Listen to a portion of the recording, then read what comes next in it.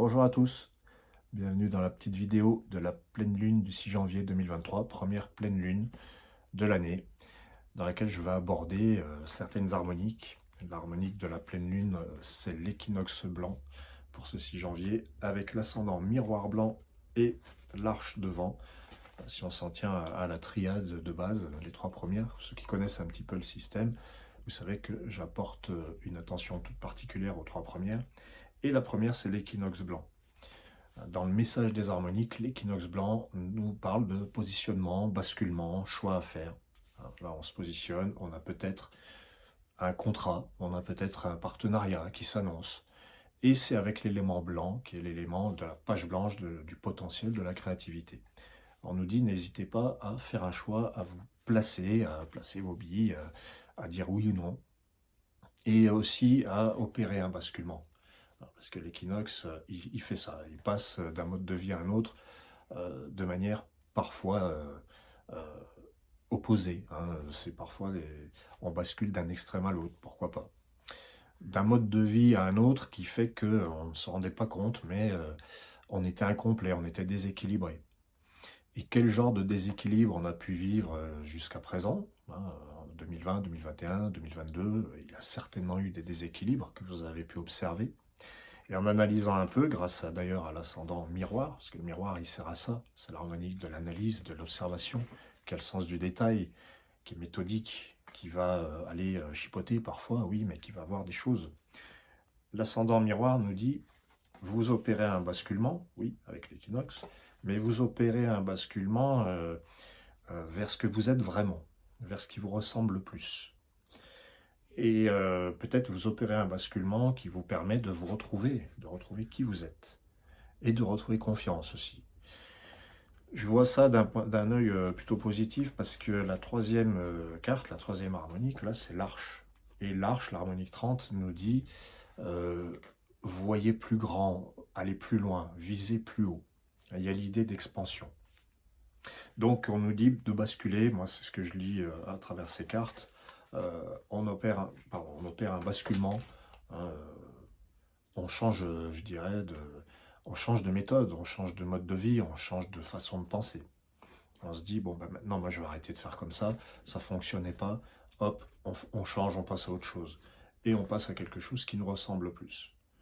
On passe à quelque chose qui nous permet d'être un peu plus créatif et puis de voir un peu plus grand, de viser l'expansion, entre guillemets, de viser le partage. Parce que dans l'arche, il y a aussi l'idée de retrouver un petit peu le lien avec le collectif. L'arche, c'est ni plus ni moins que l'arche de Noé, qui va rassembler toutes les espèces, tous les animaux, pour les sauver du châtiment divin. Bon, ça c'est l'aspect symbolique.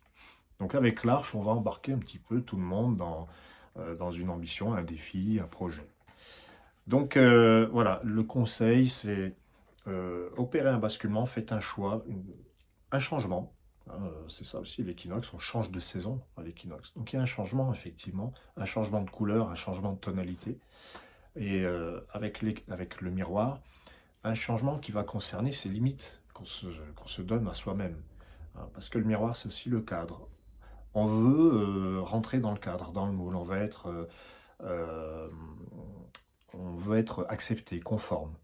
Mais quand je vois cette carte-là, j'ai envie de dire, on va être conforme, mais on va élargir le cadre. On ne va pas s'enfermer dedans, on va arrêter de se priver, on va arrêter de faire des choses qui vont finalement nous enfermer, nous confiner dans une petite vie, alors que on pourrait faire mieux, on pourrait faire plus grand. On a un trésor à l'intérieur, c'est un petit peu ça aussi, ce miroir blanc.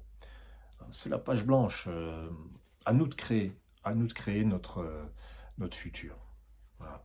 La quatrième carte de cette pleine lune, c'est la lune de jade. Donc l'harmonique 17, c'est la lune aussi. C'est pas la lune, c'est l'harmonique 17, la lune de jade, qui nous demande d'avoir une perception plus sensible, d'être plus attentif à ses ressentis, à l'intuition.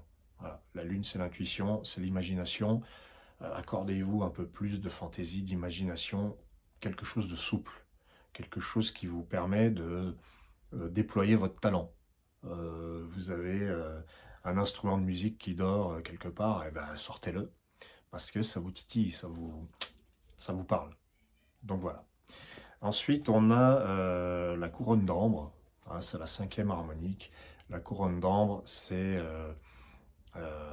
les ambitions, hein, l'élévation, le désir d'élévation, mais qui vient du cœur. Donc vous allez peut-être, on parlait d'assouplissement, peut-être assouplir ce côté rigide de la vie de tous les jours. On veut réussir, on veut être bien vu dans son travail, mais avec la couronne d'ambre, on va s'assouplir, on va parvenir à se montrer sous un jour peut-être un peu plus doux. Voilà, pourquoi pas. Ah, je vous remercie d'avoir suivi cette vidéo. N'hésitez pas à aller sur le site pour voir un petit peu ce qui est proposé et pour des études plus personnalisées et voir les nouveautés. Vous pouvez retrouver ce jeu de cartes sur la boutique en ligne aussi. Merci à vous, je vous souhaite une superbe année 2023 et opérez le basculement avec intuition, avec douceur envers vous-même et agrandissez l'espace des possibles. Voilà. Ciao, ciao, à bientôt tout le monde. Salut.